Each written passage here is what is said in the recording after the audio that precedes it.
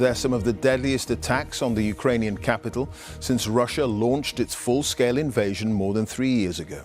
Officials in Kyiv say at least 16 people were killed and more than 150 injured, many of them children, when missiles and rockets rained down on residential areas in the city. Among the dead is a 6-year-old boy. The attacks came despite Donald Trump this very week imposing a new deadline for Vladimir Putin to agree to a ceasefire. And in the last few minutes, the US president said he thinks it's disgusting what Russia is doing. More on that in a moment, but first, Jonathan Beale has our top story from Kyiv.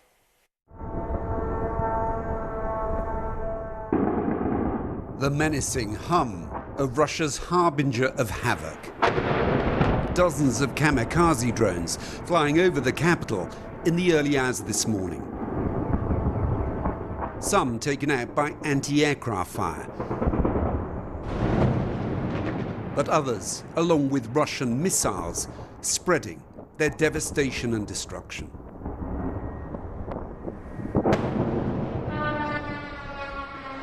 Not for the first time, but every attack shreds the nerves of a people who've already endured years of bombardment. Russia claims it only targets military sites, but once again, it's civilians who've borne the brunt of another assault from the air. I tried to wake up my wife, but then there were explosions, and that was it. Our daughter is now in the hospital. The building across from us collapsed completely. I have friends that live there. I don't know their fate. This is so sad and horrible. Several children were wounded. At this apartment block, a 6-year-old boy and his mother were among those killed. These are the first major strikes on the capital, Kyiv, since President Trump gave a new deadline to President Putin to agree to a ceasefire within 10 days or face more sanctions.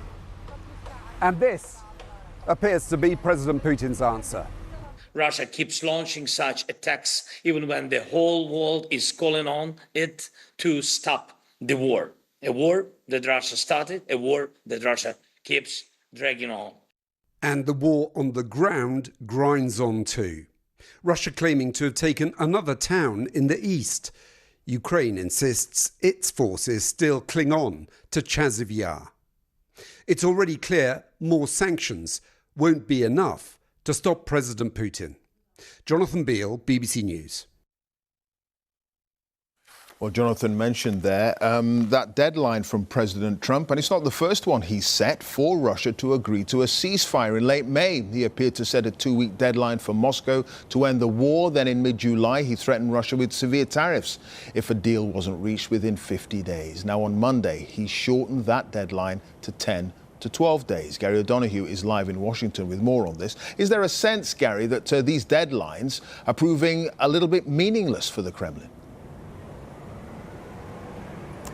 I think the president is starting to think that himself, to be honest, Clive. He's just said in the last few minutes that this deadline will happen next week and that tariffs and secondary sanctions will be imposed. He actually said, I'm not sure whether they'll have any effect or not, but we're going to do it. But this is what he said when he was asked about Russia's recent actions in Ukraine.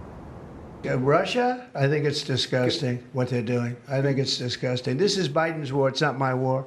But I said if I get in, I'll try and get the thing stopped. But I think what Russia's doing is very sad.